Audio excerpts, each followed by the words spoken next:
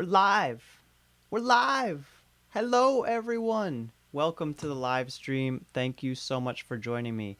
I want to let you know that, this is a very technical process and I want your feedback. So if it's not sounding good, if it doesn't look good, just let me know. So how's it sound out there, guys?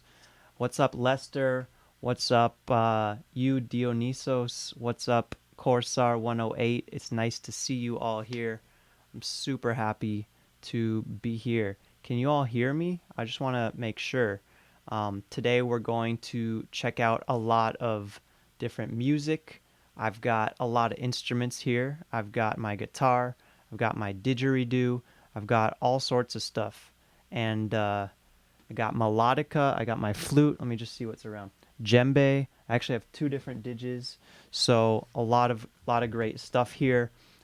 This is an open Q&A, so I want you guys to kind of guide the flow. I have a few questions to start that people emailed in, so we'll start there, and we'll just flow with it. I know that most of you, or a lot of you, probably play didgeridoo. You've been following Didge Project, and just want to give you guys a little review of who we are. Didge Project is a organization. We put out a lot of music tutorial videos. We teach lessons.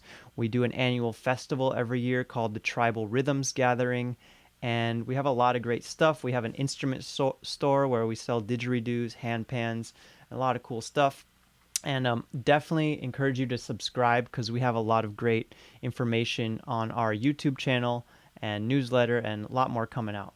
But let's get straight to it. I want to just get into your questions and see what we can get into. So the first questions come from Daniel Barden, and he's asking, what are the keys of didgeridoo most used by professionals? So there's a pretty straightforward answer to that. It's not like clear cut, but the didgeridoo keys that I hear the most and that I see the most in all the buying and selling didges that we do are C, C sharp, D, D sharp, and E. So that range from C to E, sometimes up to F, I would say that's the most common. If you go lower than C, you're getting into these pretty low didges, which I personally love. B, B flat, A, these really low tones. And I'm talking about, didges that are practical length, because you could really make, didges can be really made in any of the keys, but, G is a particularly hard one because at the low end, a low G didge is very low, much lower than the normal range of didges that you'd hear, and a high G didge is pretty high. So let me just give you an example. Actually, I have my wood slide didgeridoo, and this one actually plays in the keys of C through G. So I'm going to give you a little sound sample, and also let me know how the sound is because I got a mic set up just for the didges. And I'll play C, I'll play C sharp, I'll go up the whole scale, let you know what I'm playing. So first, C, the didge is all the way extended.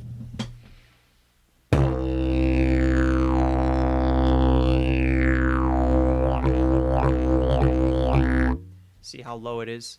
Next, I'm going to go up to C sharp. And these are rough tunings because I don't have them marked on here, but I'm going to just slide it in about that much. And usually that's about a half step. So that's C sharp. Going up to D now. D sharp. E. And then this one goes actually all the way up to, it's supposed to go up to G, but really I can hit F sharp well. So I'll do F and F sharp just so you see it.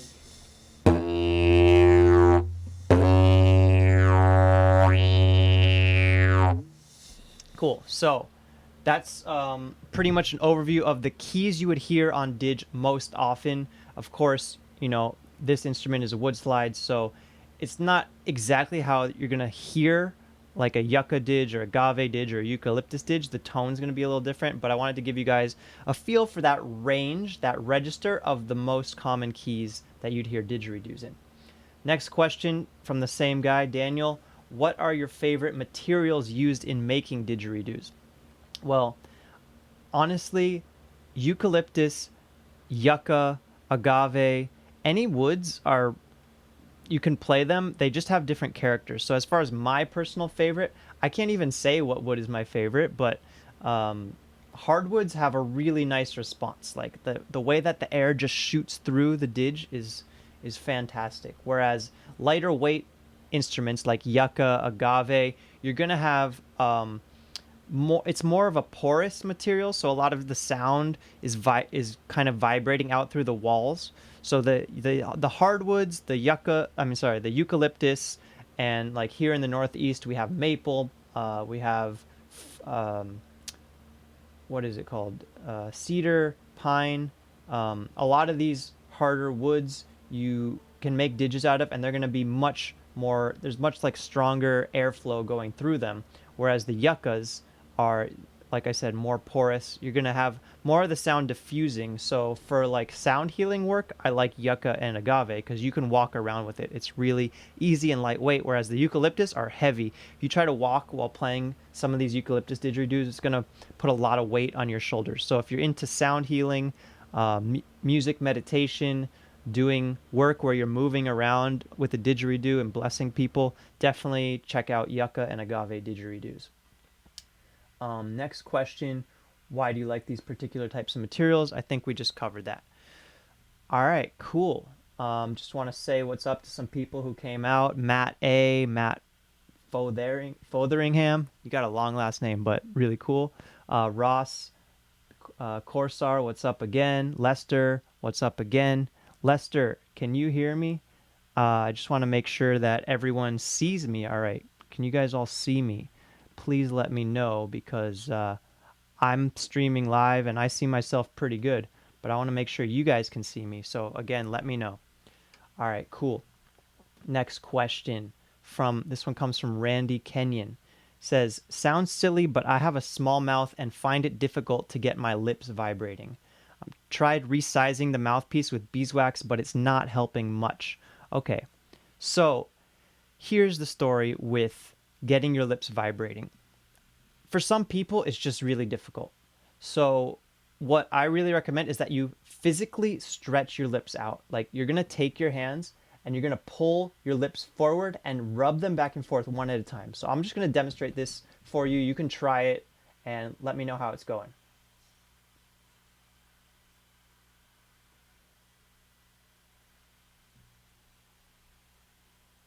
Like I'm going to do that for 20 to 30 seconds on each lip. Then I do the top lip.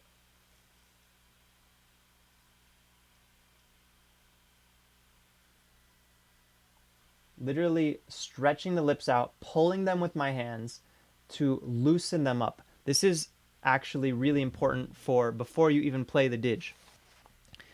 So then that's the first lip stretch. The second lip stretch, you're going to suck your lips in. You're going to go like this.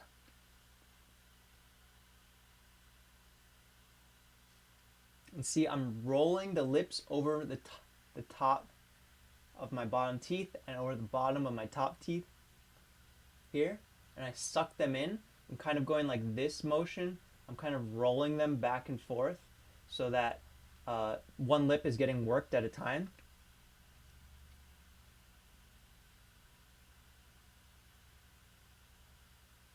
So if you really want to get your lips vibrating, this is a great way to start. And then that's the basic lip buzz. So another aspect of that is making sure you have good lip support. The lip support, air support. You need to have air coming from your lungs. So literally I'm pushing my belly here. I'm going, I'm pushing it in. I'm going, if I don't have that aspect of the practice engaged, it's very difficult. So what you need to do for that one is practice deep breathing exercises, long inhales out and long inhales in. So taking an inhale as long as you can. I'm going to demonstrate this one time.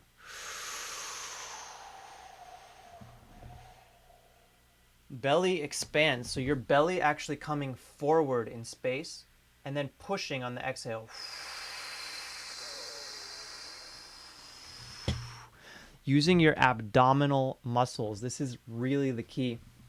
And I want to just encourage you to check out our video, How to Play Didgeridoo for Absolute Beginners. We go into a lot of these breathing techniques. It's really important that you know that before you even start playing the didgeridoo. And then, of course, getting your lips buzzing, getting them as loose as you can without losing the intensity of the airstream, because if I go too loose, just lose all the air in 1 second. So you have to have some resistance by keeping your lips, only open this much, as opposed to being too much open, or obviously if they're too much closed, it's going to be a really much higher lip buzz, like, and that's not going to work for you either. All right, cool. Let's move on to the next question. This one comes from Lester, and I see you're here, Lester, so I'm excited to answer your question. Before that, I just saw a comment from Ross. I never noticed any change in tone with the stomach thing. Okay. The tone, if you're already getting a good tone, the abdominal rhythm, the support of your breath from the abs might not change things too much. But if you're not getting a good tone, you really do need to make sure that the air support is there to propel the lips. Everything having to do with tone is happening in the lips. The air support is just making it so that the lips can get there. It's making it so that the lips can keep that vibration for a sustained amount of time, if you know what I mean. So one more thing on that note is to practice tightening and loosening your lips.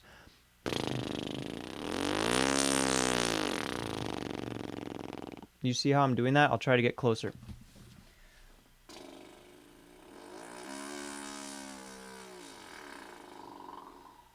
One more time.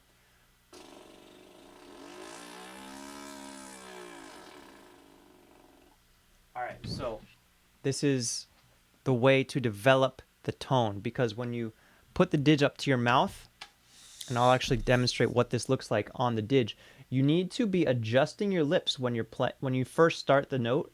You're adjusting how tight and loose they are to get a really clear sound. Watch.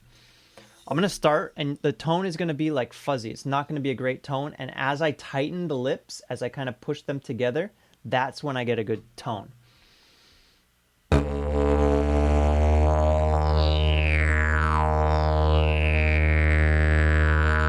Again.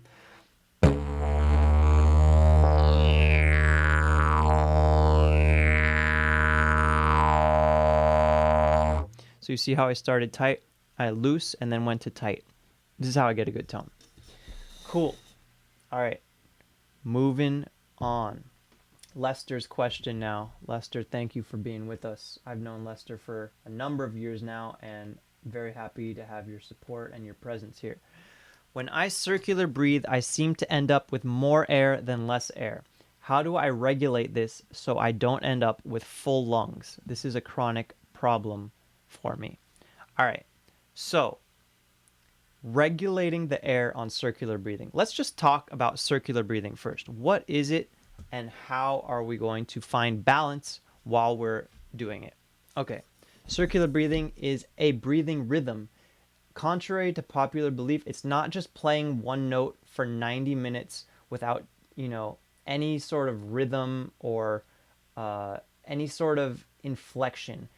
There's always going to be movement in the sound if the breath is coming in your nose or your cheeks are squeezing in. That's always going to affect the sound, even if it's at a very subtle level. So that's the first thing to understand.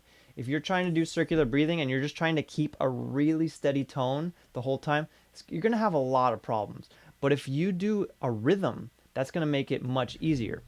So the basic circular breathing rhythm that we teach most people, and this is in some of our videos, I think the one where I'm, pushing my cheeks out here with my hands, I'll put a link up in the, in the cards for those of you who are watching the replay. But basically, it's a two-step rhythm that we're doing. We're doing ha, in. So ha is a big breath out by pushing from your abs. It's also pushing the air out. So this is ha. And then in is the inhale. So you're inhaling through the nose while squeezing the cheeks at the same time. Now listen as I play this. It's going to be ha, in, ha, in. you hear this rhythm in my breath, right? So it's not just going to be like the whole time. There's going to be a rhythm in the drone.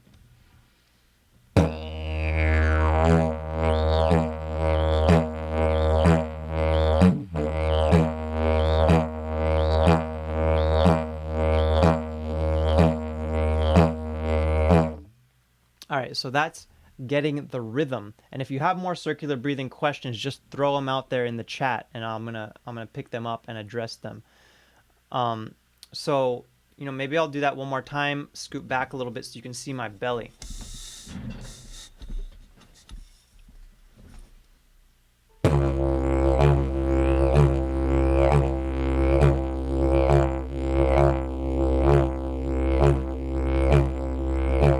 I'm putting my hand there so you can see what I'm doing, but I'm not pushing with my hand. I'm not doing this.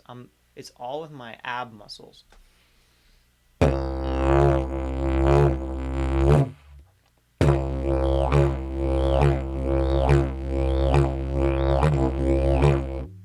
So every push of the belly is like a huh.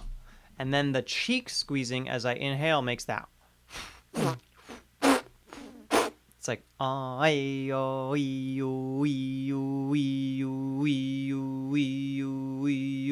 so that's kind of like the essence of what I'm feeling when I'm doing this rhythm. So now finding balance, regulating the air. Okay. So there's a limited capacity that your lungs have. And a lot of people, especially with a rhythm like this, where you're inhaling literally like once a second, the tendency is to get too full of air. And if that's what you're experiencing, let me know. Getting too full of air is it's a really easy fix. All you have to do is, when you would normally inhale and squeeze the cheeks at the same time, you just still squeeze the cheeks, but you don't inhale. So it's like this. I'm going to raise my hand every time I'm inhaling. I'll even bring the mic up so you can probably hear me sniffing in. But then I'm going to just sometimes not inhale deliberately so that the air in my lungs can just slowly deflate. I can kind of let it get more towards empty. And then once I feel like a natural need to take in more air, that's when I'll breathe in.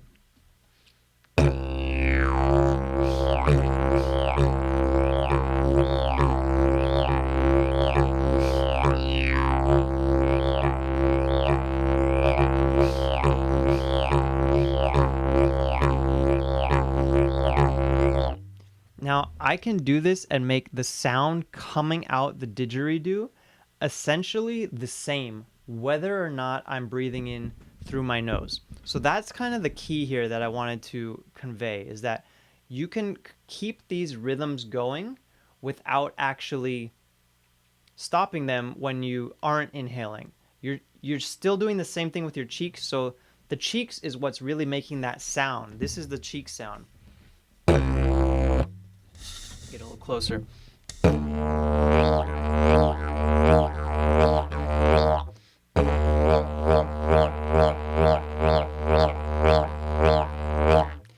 So, yeah, you just need to skip inhales. That's going to be the key to regulating, and I hope that I answered your question.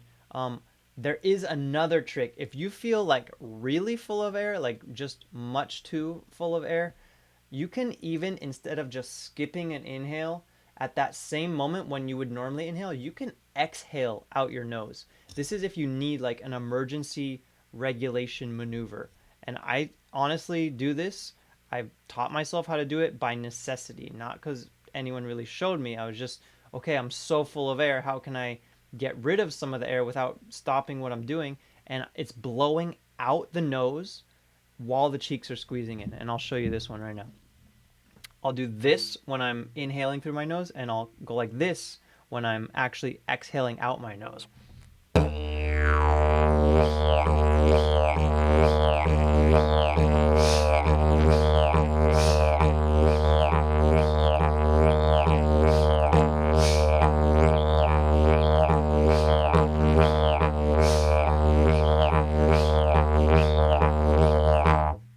Now, one other thing I wanted to note is that even though I'm doing these sniffing sounds really loud, normally when I'm playing, I try to keep all sounds coming in or out my nose as quiet as possible. Why? Because any sound from the nose signifies that there's resistance there. And you don't want the resistance there. You want the air coming in your nose to be as smooth and effortless as possible. If there's resistance there, that's going to be a barrier between the air getting from out here to in your lungs. So if you can practice doing quiet inhales, I'm actually inhaling right now and I'm going to do it in a way that you can't even inhale.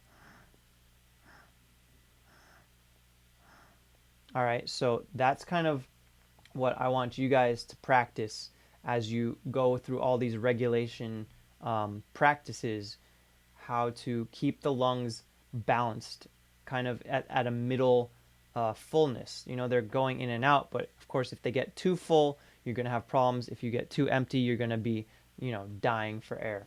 So that's kind of the essence of regulating your breath with the Didge. So I'm seeing a bunch more questions. I'm very happy about that. Let me see what we got next.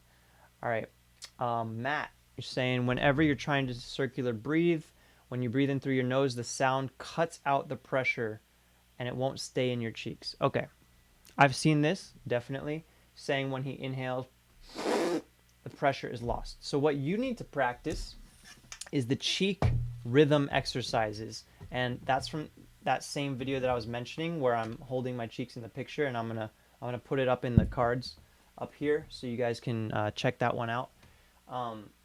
Basically, you need to practice what we call the rhythm of the cheeks. So this is a practice you don't even need the Didge to practice, and it's literally building the muscles of your cheeks so that you can be stronger in this area when you're playing the Didge. So I'm literally just holding air in my mouth and then using the muscles in my face, my jaw, my cheeks to squeeze that air out.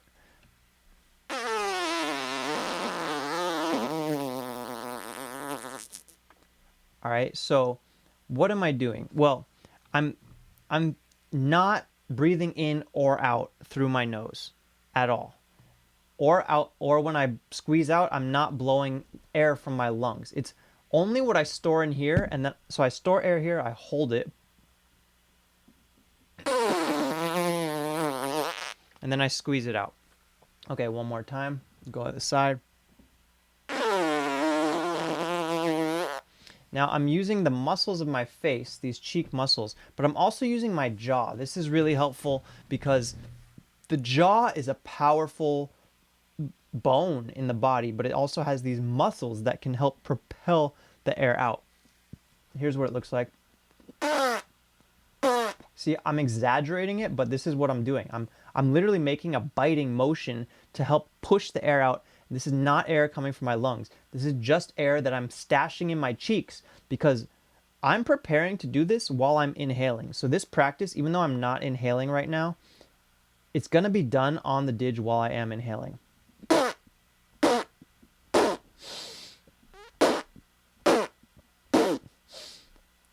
Cool. All right, so I think that's kind of a good overview of the cheeks. I actually want to encourage you guys. This is a great opportunity. We have a free course. It's called Didgeridoo Fundamentals. There's a picture of it right here. You guys should go and download this course. It's really amazing.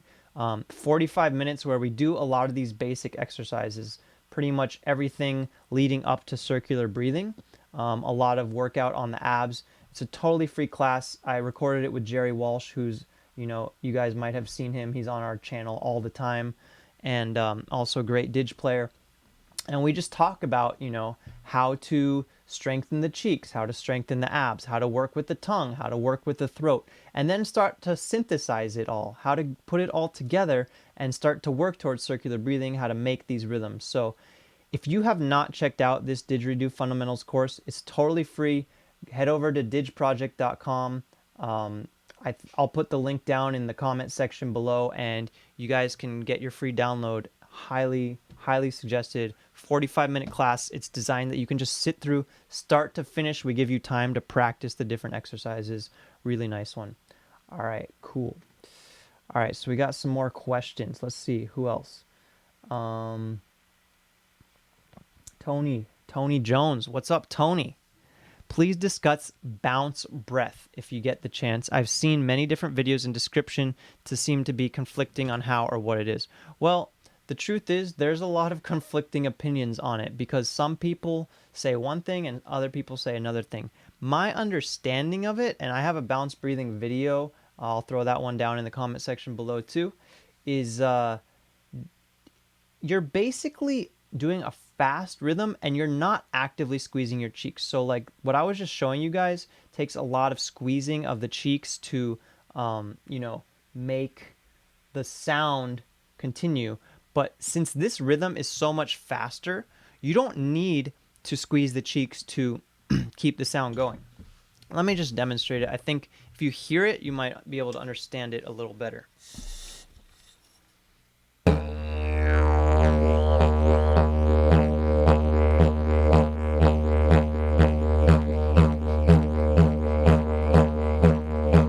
So what you might notice is that there's no squeezing of the cheeks. The only thing you see in the cheeks is every time I push my abs, every time I make that ha sound, that the cheeks get blown out.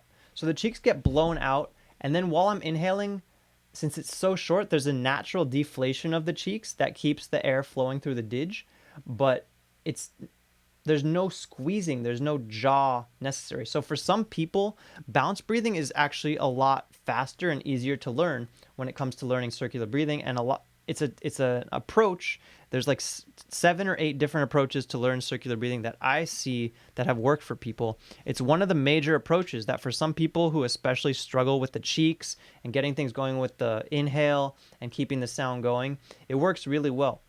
I think one of the key things you need to keep in mind when you're learning bounce breathing is that you need to find a really steady rhythm. Use a metronome or like a drum looper app. I actually got some great new drum apps that are super cool. I can mention the names, but any metronome app will really work.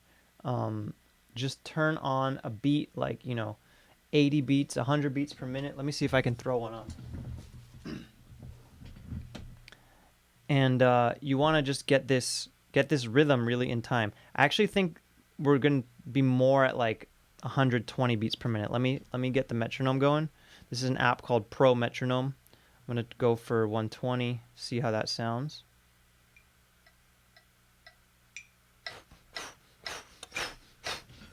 This might be fast for some of you, but I'm at 120 beats per minute.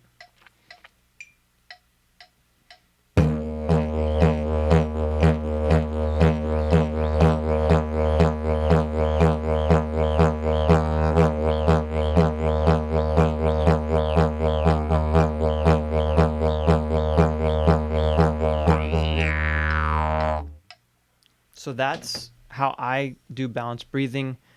If you noticed, again, I didn't squeeze my cheeks. Let me show you a comparison between bounce breathing and actually squeezing the cheeks at the exact same tempo. I'll do it a little bit slower. I'm going to go down to 110 on this metronome. Again, Pro Metronome, free app, really cool.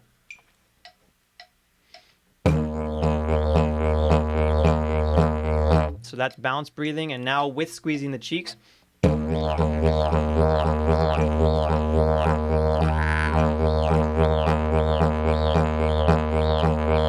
Back to bounce breathing.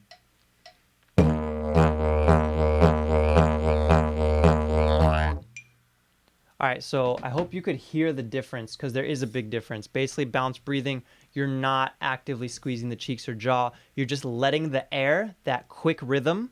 The quick rhythm is really key to bounce breathing. You're letting that quick rhythm carry the circular part of circular breathing and keep the sound going while you're inhaling. Cool. All right, we got another question. Is there any way to find out how old my didgeridoo is and what wood it's made of? send me a picture, upload a video. I mean, I'm not the expert on antique didgeridoos, but there's actually a bunch of Facebook groups, didgeridoo players worldwide. There's one that's just called Didgeridoo Players. There's one called Didgeridoo Learning Tutorials. Definitely get on Facebook and meet a lot of the people who are out there because there's so many people sharing things. There's also a couple other YouTube channels. There's Breathwood. There's Wet Didgeridoo. There's the guys down in Perth, Didgeridoo Breath. So these are all great resources, and just put on a picture. Honestly, get a good picture up there or a video of you playing, and put it around. And someone's gonna notice it, recognize it, at least have some sort of familiarity with the style. If it was made in Australia, then there's a lot of people who are familiar with those instruments for sure. Cool. Um, okay, question from Dionysos. Spitting saliva. Have you managed to swallow saliva while playing the didgeridoo or think it's possible? How do you deal with saliva? Great question. It's kind of like the pink elephant in the room, but really important actually because if you're playing a gig like I've played where you need to play for an hour, hour and a half, saliva will come up and it's something that you need to know how to deal with. So to quickly answer your question, yeah, you can totally swallow saliva while you're playing. It's a weird sensation. I have a friend, the guy who taught me how to play didgeridoo. He thinks it's, I don't know. He told me this is a while ago. I don't know where he's at with it now, but he said swallowing saliva with the didgeridoo is very difficult for him. He didn't know why, even though he's like an expert player, like really good musician. So it's not like the most intuitive thing, but just finding a way to keep the sound going while swallowing. I'll see if I can simulate it to let you know exactly where in the rhythm I am swallowing.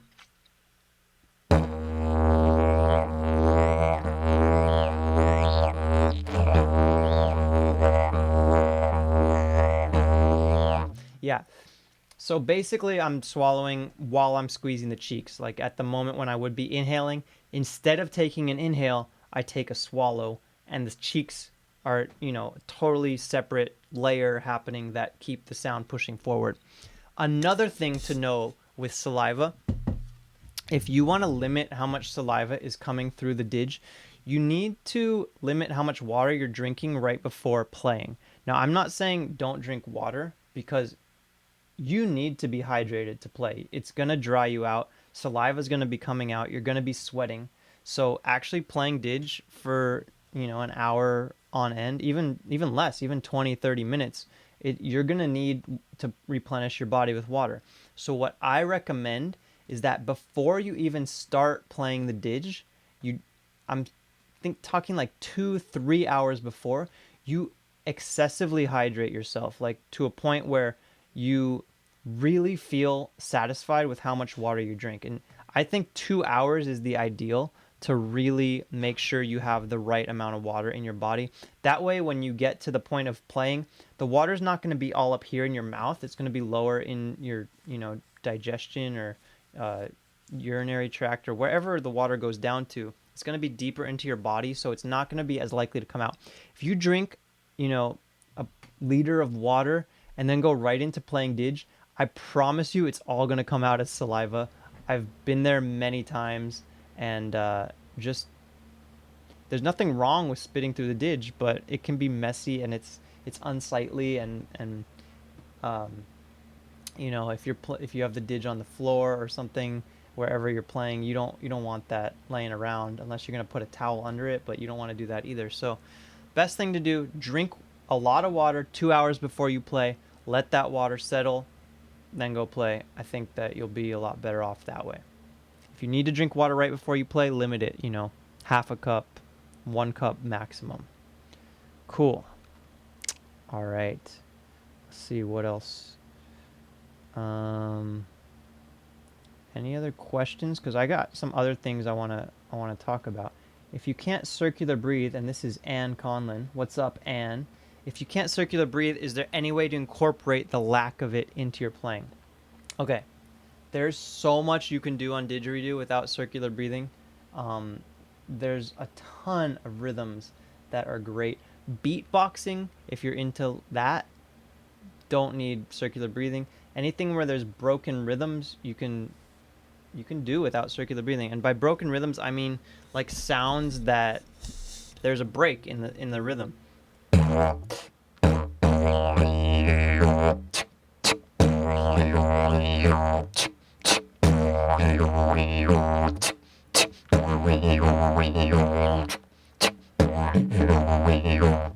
Didn't do any circular breathing on that. Let's see, this one.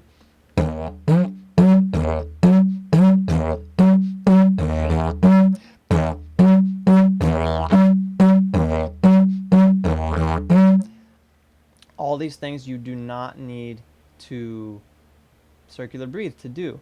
And other things, like if you check out our video called A Popular Didgeridoo Rhythm and How to Play It, what we call the tresillo rhythm or malfouf. Dung, dung, dung, dung, dung, dung.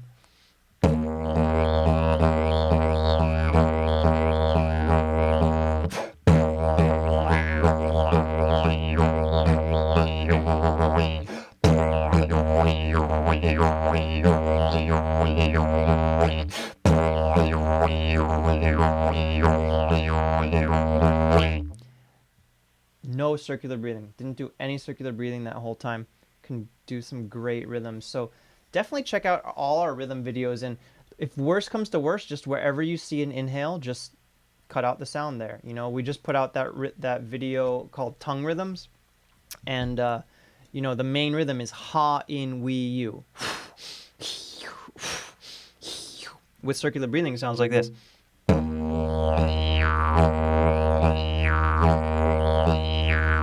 But if I want to do that without circular breathing, same thing.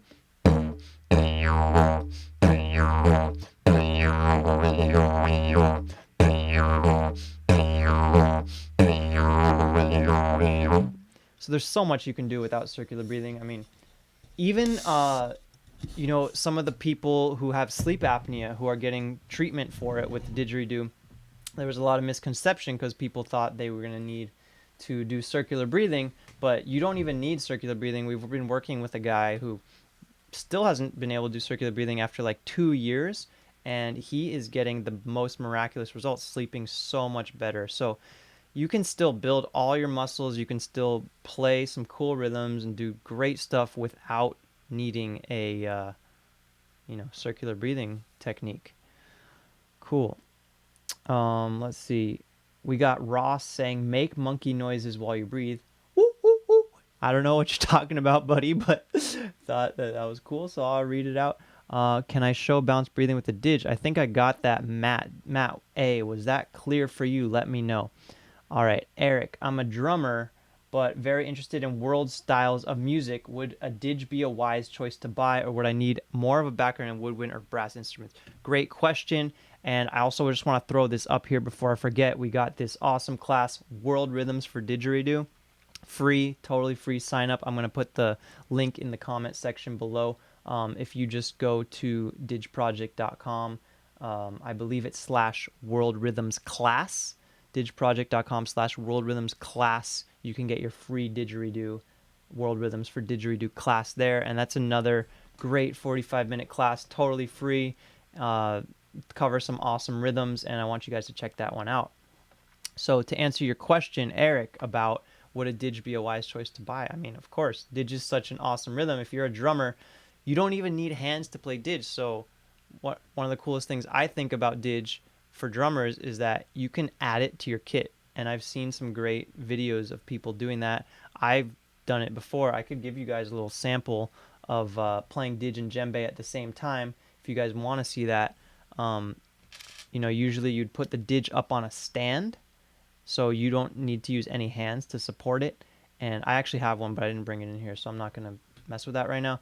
But you get that going, and then you can still do everything you're doing with your hands on the drums, plus some Didge, and it makes for a really cool cool combination. So let me just show you what that looks like. Get my djembe out. I just want an excuse to play djembe, honestly. Alright, here's Didge. So I only have one free hand really to play the djembe, but that's cool. I can do some cool stuff, or at least get a good rhythm going.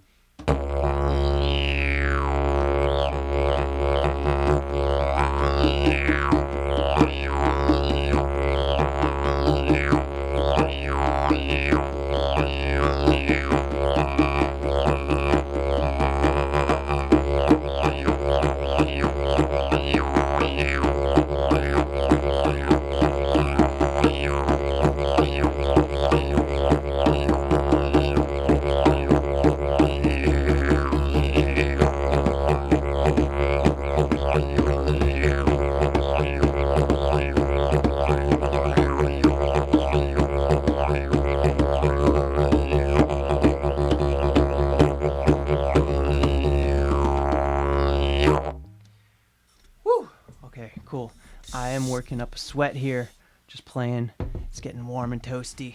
Thank you for letting me play for you guys. Super cool. I got a lot of other instruments, so if you guys have any questions about music theory, I got my flute, I got my guitar, I got my melodica. If you got any questions about specific rhythms, definitely those are all valid. Throw those out. Cool. I hope I answered your question, Eric, about buying Didge. You know, it's one of the easiest instruments to learn. There's a lot of resources out there. It's kind of like an instrument you can teach yourself. You have to try it, honestly, see if it resonates with you. The main thing is learning how to vibrate your lips, how to use the breathing. But once you get into the rhythms, if you're a drummer and you already have that rhythmic knowledge, you're going to be way far ahead in like getting the repertoire of didgeridoo down. You're kind of already there with that. It's just the technical side of things. And I encourage you to do it because I love Didge and I think it's amazing. All right, cool. Let's see. Sarah, what's up, Sarah? I've been seeing you comment on our posts a lot on our videos, so thank you for coming. I see your question. Can you show what meditation rhythm is your favorite?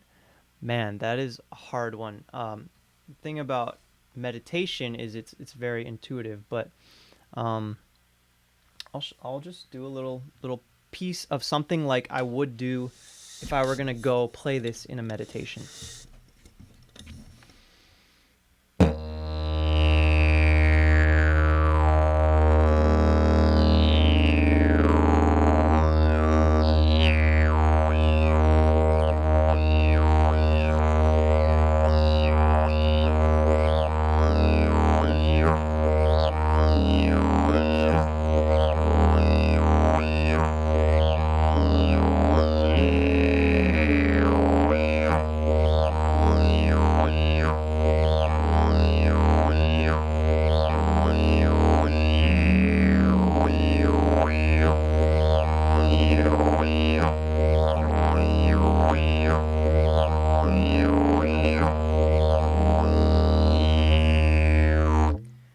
All right, so this is the first thing that came to mind, and I just did start working on a video where we're going to share this rhythm. It's a 6-beat rhythm, so look out for a new coming video on 6-beat rhythms from Didge Project.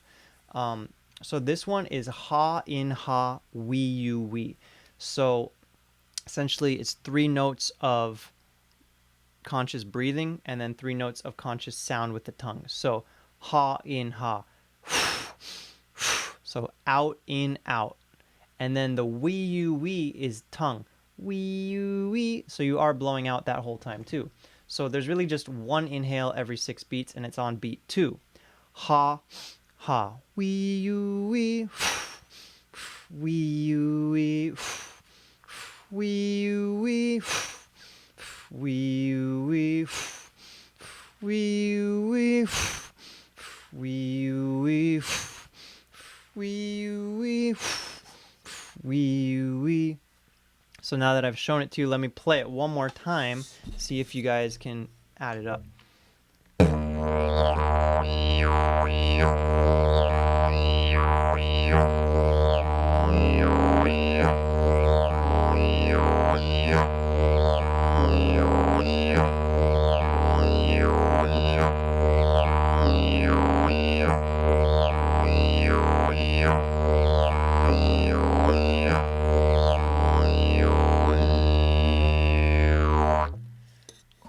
So thank you for asking me that question. Again, stay tuned for that rhythm. That video on 6-beat rhythms is coming soon. Also, make sure, one more time, check out this video right here. Free class, World Rhythms for Didgeridoo. Look at the comment section below for the link, World Rhythms for Didgeridoo. Awesome. All right, let's see what else we got. If you're a drummer, can you make beats with your hands on the didge too? Of course. And traditional Aboriginal people, they play clapsticks. So let me give you a little demonstration of this. Just gonna get whatever stick I can find, really. All right, so I just basically found a beater, but I'm gonna use the stick side and just show you what it sounds like to use a clapstick on the side of a didge. And you can use anything, really. I'm going to try to not play too hard, and that's something always recommended, to be very careful, because you can tap on it, sure, but to overdo it, you might damage your instrument, and you don't want to do that, especially with fragile didges like yucca and agave. Those are much thinner walls, even though they usually have epoxy. A hardwood didge like this is going to be probably fine as long as I don't go crazy. So here's like a rhythm with this.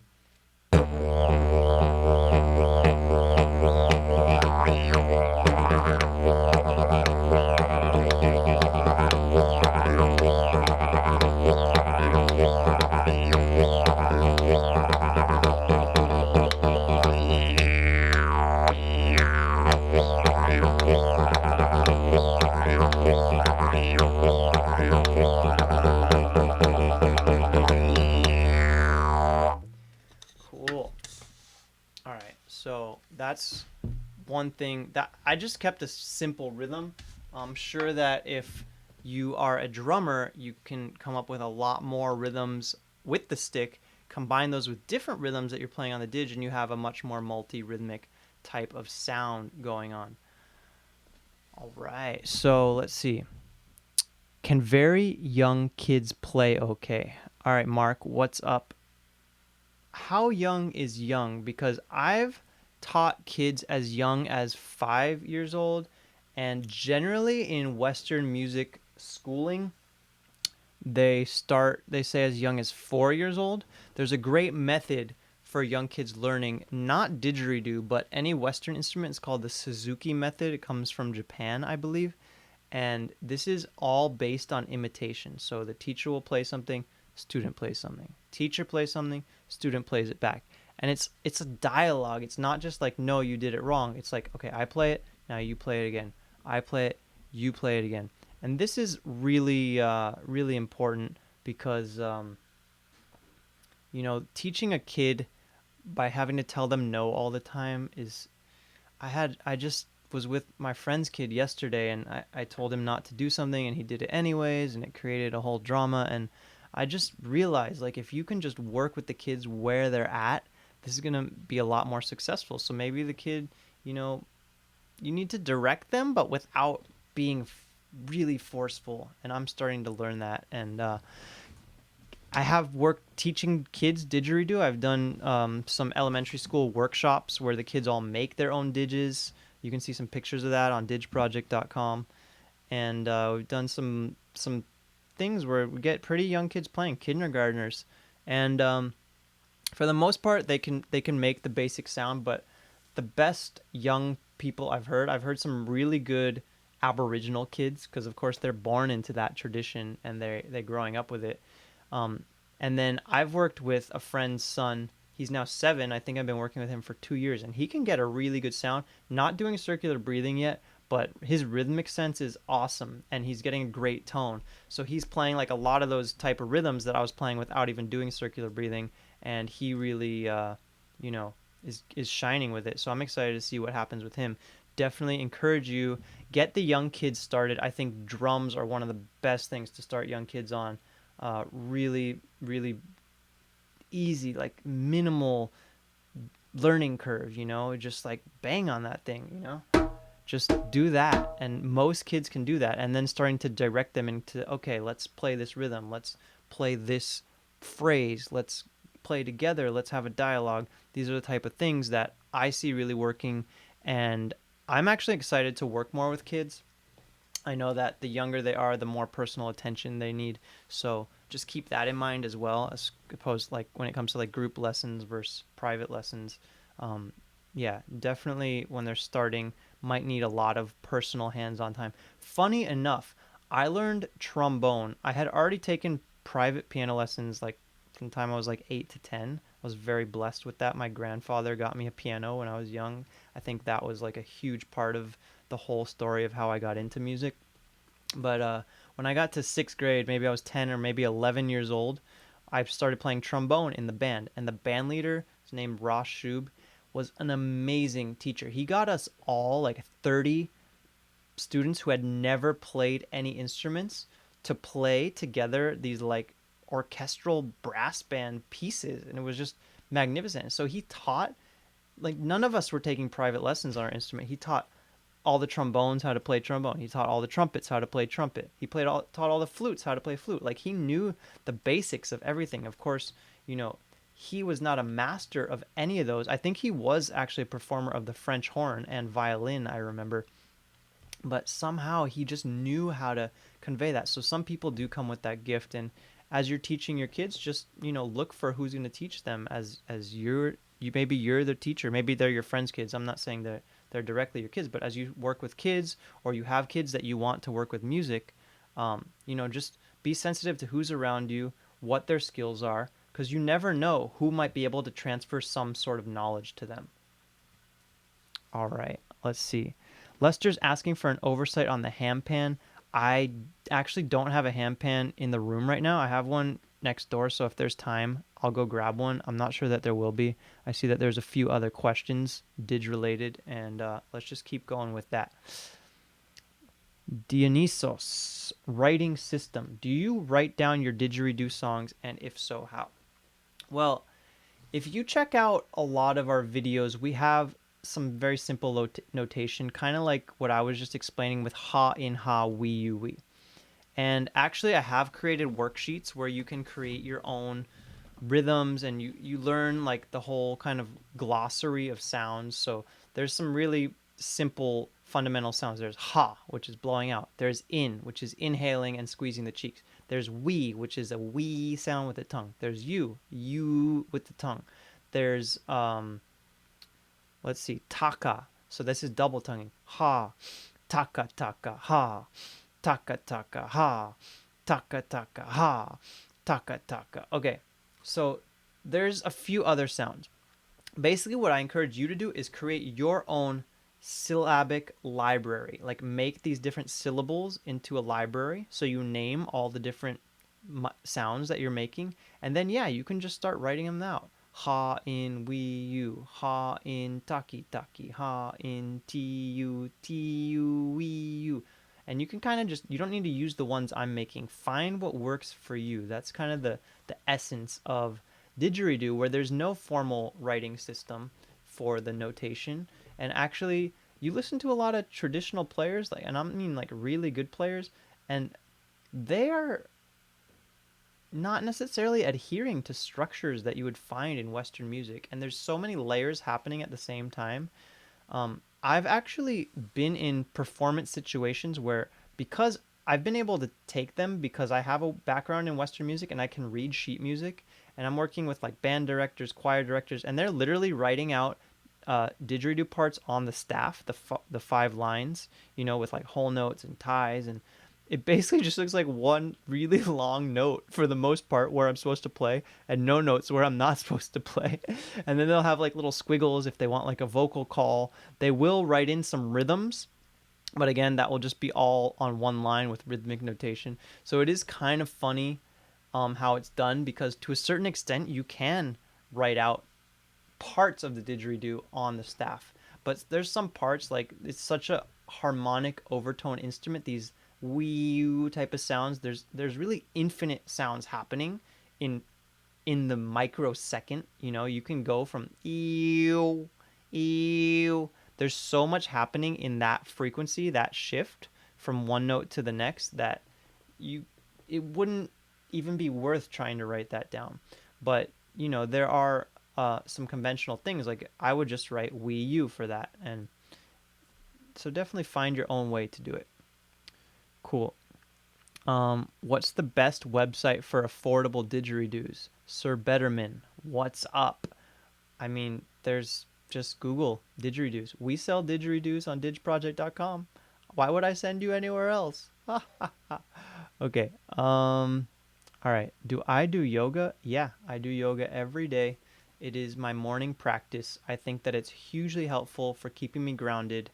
I do a practice of about 45 minutes early morning. It's more like a Kundalini yoga type of practice, if you've seen that, which is very aerobic, a lot of fast pranayama, breathing in and out, with certain exercises. And I'm really glad you asked that because I was actually thinking we should put out some yoga videos. And I'm actually working with Golden Drum and Sacred Arts Research Foundation to help, create content at those organizations which I'm involved with. These are both nonprofit charities. And you can check them out, goldendrum.org, sacredartsresearch.org. And both of these are very yoga meditation focused centers, as well as arts, music, and all sorts of sacred practices. And yeah, we're gonna be definitely putting out some content there. But as far as yoga and its connection to music, yoga is highly beneficial. It really helps to, you know, ground you and make your mind a lot clearer. It's called, a lot of times, the way we do these aerobic exercises is called psychophysical exercises, bridging the mind and body. So really important to get. Music is so mind body. Like, you need to have this hand eye mind coordination. You need to be thinking ahead. You need to be listening and actively responding to it. That's why they say music is one of the best things for the brain. When you're in that fully present moment and you're listening and you're with another person, and it's super engaging and keeps you present, and you can, some real magic can be created there. So yeah, yoga, meditation, pranayama. If you're looking for a place to start, BKS Iyengar, his books Light on Yoga and Light on Pranayama are some of the best resources. I'll throw those down in the comment section below. And I mean, there's so many YouTube yoga channels. Instagram is full of yoga right now. I've just been noticing, and there's a lot of people out there. Definitely worth checking out. And how do you layer sounds? Do you have any teaching videos on this? Thanks. This is a great question, and I'm glad you asked that, and I would love to make a video on this.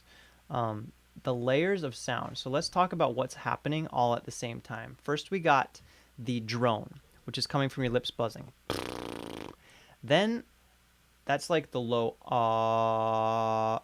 And then from there, we've got the overtones, which can come from your tongue, can come from your cheeks, can come from your throat. It's really about the cavity of your mouth, the resonating area, and your throat. Everything before the air gets to the didge, how that's changing shape. So let me just demonstrate those two layers. If you can hear the drone low and then the overtones higher moving around.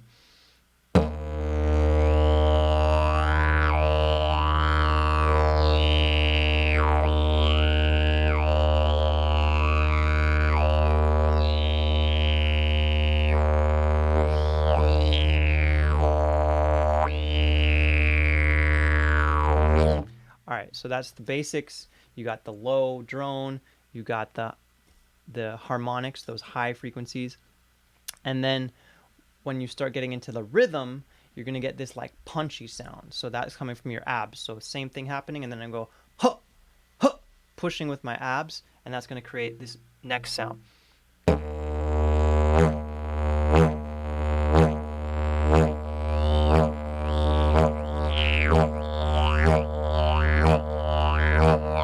So there's 3 layers right there. Not even really circular breathing. I kind of was, but didn't need to be circular breathing to do that.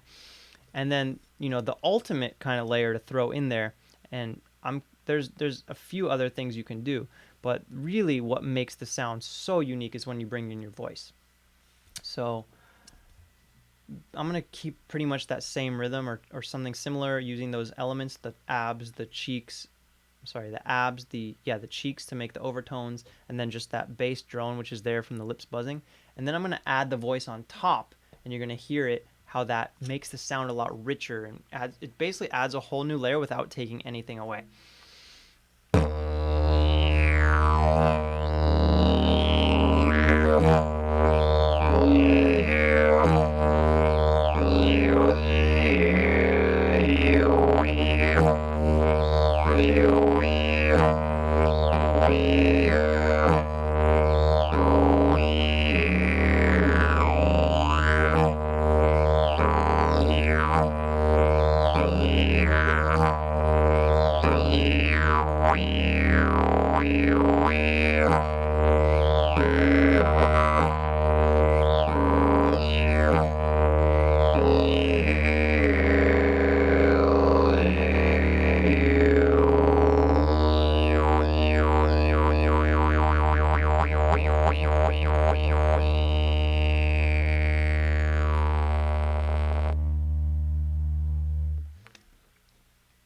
So can you guys hear how I got all those different sounds happening? And could you kind of identify the breakdown from, the ab sound, the cheek sound, the tongue sound, the voice sound? Let me know if you guys could hear all that, or if it's something that needs further elaboration. This is a great idea for a new YouTube tutorial. So thanks for that question. Really great one. All right. I got another one from Matt. Is there a connection to the size and shape of the mouthpiece and ease of playing? For the most part, mouthpiece is personal preference. I tend to like smaller mouthpieces. Some people like really wide mouthpieces.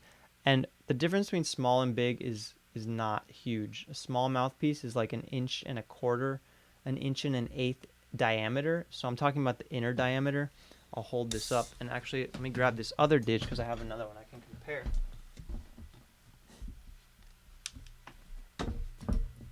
So with this Didge, we're talking about, it's probably about 1.25 inches diameter.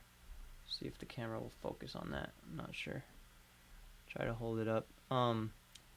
There's a pretty good shot. When I put my mouth up to it, it's not like hugely covering my face. There are some Didges that do that, and some people just love to play with that style. So the inner diameter is the most important factor. And then, here's one of the Yucca Didges that's in our store, made by Mike Gomez Micus. And this, you can see the mouthpiece flares out on the outside. So it goes up, and then it gets wider as it goes to the top. And that's kind of cool for certain playing styles, especially if you like playing by the side of your mouth. Because what you'll notice about this is this wall thickness on this type of mouthpiece is much thicker. So if you play, this is good because I can talk about now playing straight on versus playing on the side. If I'm playing to the side of my mouth, which is actually how I play, then a mouthpiece like this is great. It can really help keep the drone solid.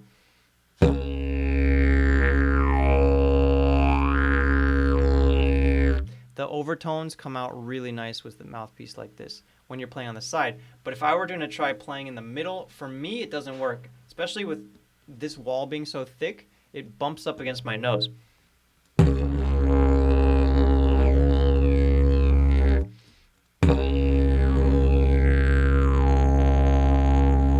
Now I'm able to get a decent sound, not a great sound, not nearly as good of a sound as I'm getting on my side, but I'm a side player, so I'm kind of biased. As far as, does it matter? It's personal preference. And that's why beeswax is great. Get a Didge with a beeswax mouthpiece and just adjust the beeswax. You can literally use your own hands to make it wider or make it smaller, just to heat it up. You can use a blow dryer, which is what I usually use. You can hold it over an open flame. You can, put it out in the sun if it's a hot day in summer, which we've done. Actually, Lewis Burns was here, and we heated all the beeswax mouthpieces with the sun.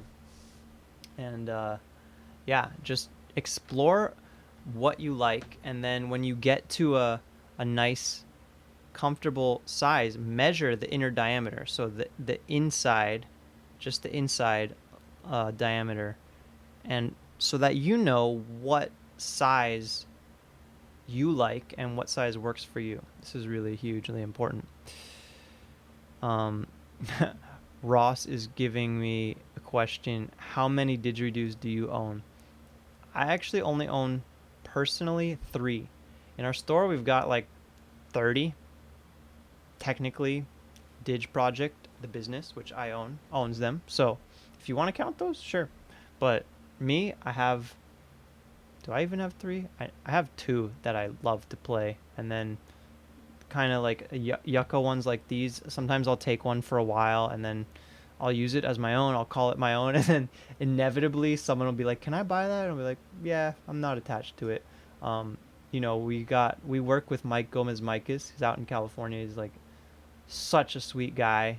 He's always happy to make us new didges, and we actually have some coming out right now. So if you're interested in yucca didges, definitely check them out on our store, didgeproject.com/store. There's always yucca didgeridoos for sale on there, and they play really nice. These are some of the lightest weight instruments and really good stuff. Cool. Um, Matt A is asking, is the store open tomorrow? Yeah. Why don't you shoot me an email, info@didgeproject.com. If you're ever in New York, any of you want to come see our store, we're totally happy to meet with you. It's by appointment only because it's in our loft space. We don't have like a storefront on the street.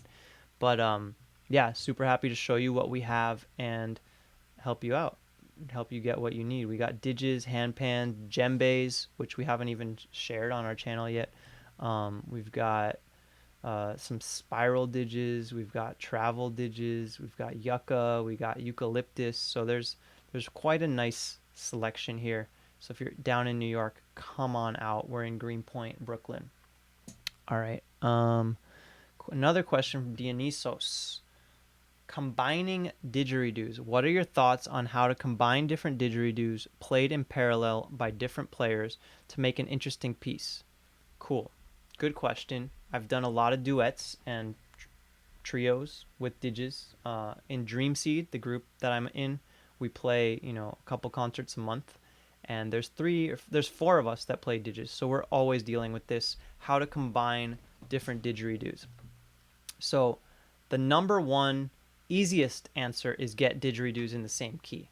If you have didgeridoos in the same key, say they're both in D, it's going to sound good as long as both players are playing it really in tune. Now, each didgeridoo has kind of a range that it can play, and even though it's a D didge, if you're a player that tends to play with your lips a little too loose, then it's going to be a little bit flat. It's going to be the tone that comes out is going to be a little bit lower than D. If you're a didgeridoo player that plays with your lips generally a little tighter than others, the tone might go up. So you guys really need to use your ear to hear the sound of the drone being the same. If you watch Adele and Zalem's didgeridoo duets, they got a video on YouTube that's got like well over 1 million views, probably more than that. Look up Adele and Zalem. They play with didgeridoos in the same keys pretty much exclusively. As far as I've seen, they might try playing with the keys. I don't remember off the top of my head, but that main piece that I'm talking about, their YouTube video that was very successful, same key didgeridoos. Now, you can do some cool things with combining other keys. And like I said in the very beginning, there's not a wide range of keys that didgeridoos come in. The most common ones are like C through F. But if you can find combinations that are paired in either a 4th or a 5th, these generally work pretty well. These are pretty wide intervals, and I'll actually grab my melodica. Maybe it's just an excuse to play my melodica, but I'm really happy I brought it, and I'm happy you asked this question because I can actually demonstrate why certain intervals will sound better. This is a melodica. It's a little keyboard instrument that you blow into, and it's super cool for didge players because we have all these breathing rhythms. So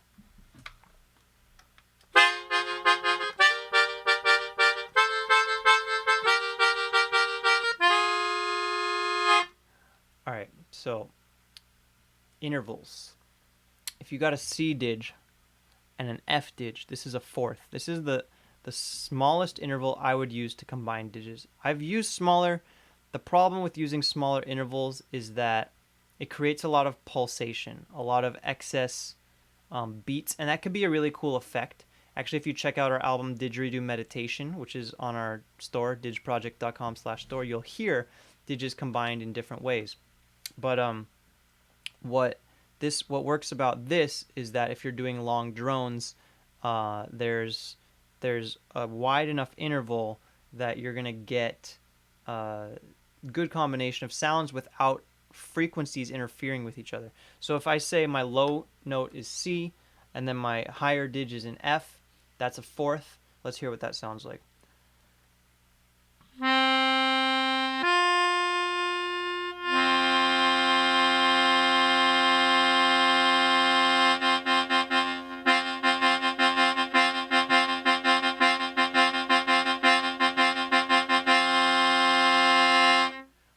All right, so now another one that I use a lot is a fifth. So say my bottom one is in C and my top one is in G. This could also be a really good combination. Let's hear what this sounds like.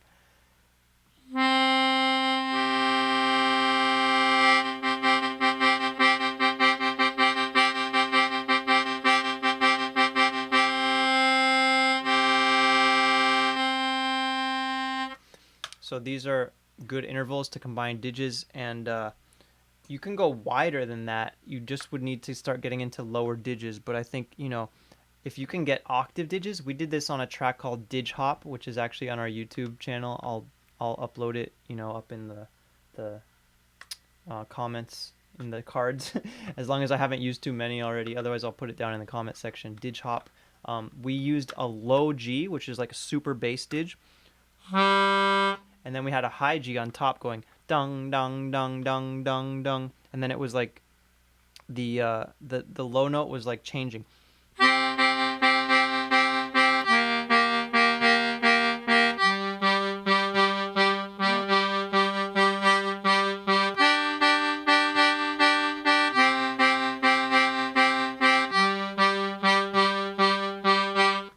So we didn't use anything smaller than a fourth interval. We had the G here, and then the next note was C, D. So that was a fourth. Went down to C, that made it a fifth, and then G made it a full octave. Now, if this is like way over your head, all this music theory stuff, don't worry about it too much. But if you do just want to know what keys to combine, take whatever key didge you have and just type into Google what is the musical fourth of C, or what is the musical fifth of C, or what is the musical fourth of D, or you could also ask, what key is the note D the fifth of? And this is how you would figure that out.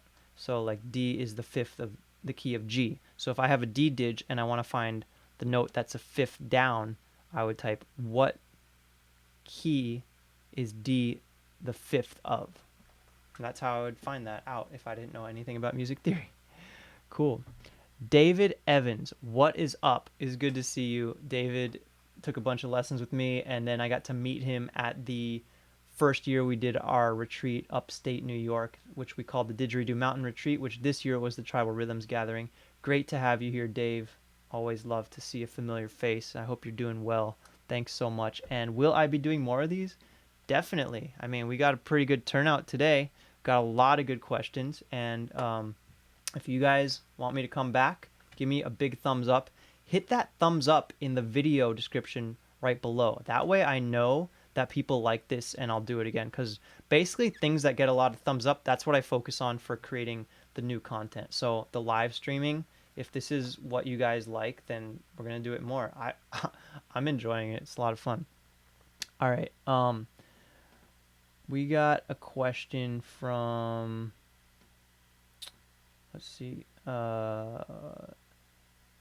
If you have, this is Mateo Gonzalez. What's up, Mateo? If you have a plastic didgeridoo, does it affect the amount you can do? I have a Toka percussion didgeridoo and I have difficulty doing the things in the lessons. All right. So I've had plastic didgeridoos where I can pretty much do anything. Not anything.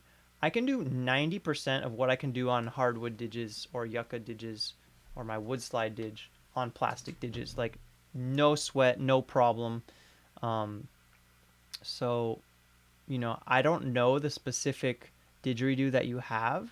If it is plastic, then you know, should be fine. I know that Toka and some of the other major percussion companies make bamboo didges, so I just want to double check with you. Are you sure it's plastic and not bamboo? And the reason I ask is because the bamboo didges tend to crack. And if you got a cracked didge, forget it. Like, it's not even worth trying to repair for the most part if it's a big crack, especially if the whole length is split. You know, the thing is done. It's just a decorative piece. You can toss it or recycle it or whatever. Um, but if there's a little crack in the bamboo, it can be repaired. So if you have a bamboo didge and you're concerned about that, look for cracks and make sure you use like good wood glue to seal them up, like Tight Bond. I use Tight Bond 3 on all my instruments, including my wood slide. I do my own repairs on it. Um, so yeah, as far as can it affect the amount you can do, generally I would need to see it, but the plastic traveler didgeridoo that we sell in the Didge Project store with the Didge for Sleep package, I can do 90+% of what I can do on all my other didges with it. All the vocal sounds come out. The main difference that I see is it's a really smooth inner bore, and so that's gonna make the sound really like sharp and crisp. The overtones are really like not as interesting as something like a hardwood didge, because the hardwood didge, you have this really irregular inside track, you know, that's hollowed out by termites, and that makes each didge have a unique sound. So, you know, that's something to keep in mind. All right, let's see. There was some other question. Sir Betterman, big bell didgeridoos are always so enticing. Does the bell add anything different sound-wise, or is it more for looks? Big bell is going to do two things. One, it's going to make your didge louder. So wherever you are, it's just going to get louder. Two, it's going to make the key higher. So if I have a 6-foot didge that's just a straight cylinder, and I have a 6-foot didge that's a flared bell that's like, you know, this big, the one with the flared bell is going to be louder and higher. So say the long straight one is, you know, the key of B. The one with the big bell, same length, is probably going to be higher. It's probably going to be like D. It's going to be significantly higher because that tapering out is what makes the pitch change. At any given length, the lowest tone you can get is by a straight cylinder. So as soon as you start flaring out, it makes the pitch go up. So that's important to know if you're making didges, even if you're just making plastic didges, but also if you're buying didges, so you understand the acoustics of what's happening as you flare out. You know, you're getting higher. Cool. Composing, Dionysos. How do you create songs? Okay. Well, that comes kind of down to what I was saying before about creating your own syllable library, and I have one actually. If you check out the Didge for Sleep DVD, we go through all those different sounds that I mentioned: ha, in, we, you, taka, trumpet sound. Okay, so the trumpet sound is one I didn't mention. Maybe I'll bring that in, and yeah, basically just starting to study different musics of the world and combine, hear rhythms, and see how you can adapt it onto didgeridoo. That was the key for me in establishing my whole didgeridoo repertoire. So let me get my didge up. I'm going to use actually my wood slide, even though I have this cool yucca didge here. Just get it out of the way.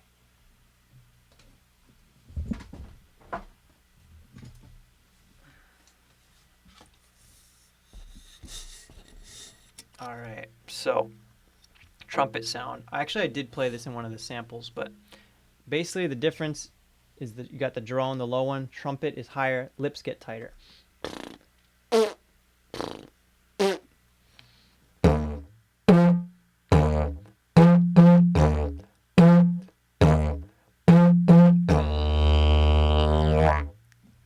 All right, so throwing in the trumpet sound into the mix is really great. Yeah, this is a good one.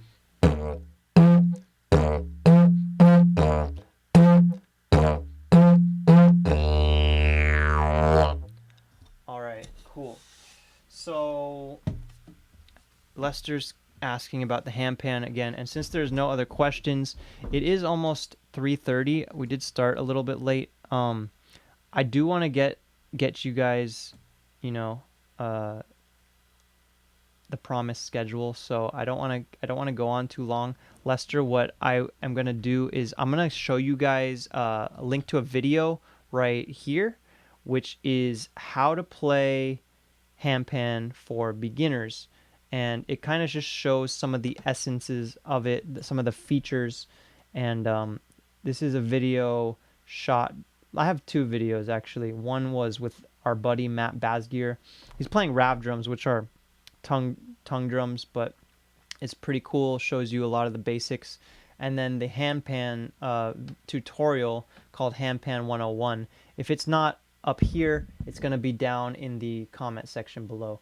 So I'll make sure to link that one in. Look up Handpan 101, and then the other one is how to play rav drum for absolute beginners. I want to thank you all so much. You guys have been, the questions were perfect. Like, just filled up the amount of space perfectly. I had the instruments, I had the setup to make it happen, and it's been really cool connecting with some of you guys. So definitely keep the questions coming. I want to do this again. I was actually thinking maybe around December 16th. I don't know if that would be good for you guys. It's a Saturday, but that works for me, and I want to make sure that you guys, get your questions answered. Definitely check out our other videos. I really want to make sure you guys subscribe. There should be a subscribe button if you're watching on YouTube right here, right about, and also down below. Make sure to hit subscribe. Give us a thumbs up on this video, because that way I'll know if you liked it and you want to see more live streaming, more events like this. And it's been super awesome to see you guys. I'm just going to throw up one more time. World Rhythms for Didgeridoo. Go get your free download at didgeproject.com/worldrhythmsclass. Going to put the link down in the comment section below. Didgeridoo Fundamentals for the total basics. I'm going to put that link down in the comment section below. Make sure to get your free download. And this has been AJ from Didge Project. I want to thank you all so much for coming down. It's been really, really awesome. I wish you all the best. Thank you, Dionysus, Lester, Matt, Sarah, Dave, Sir Betterman, Mark, everyone who's out there. Really appreciate your questions, and we will see you at the next one. Have a great day, a great weekend, and we will see you next time. Peace, love, and see you soon.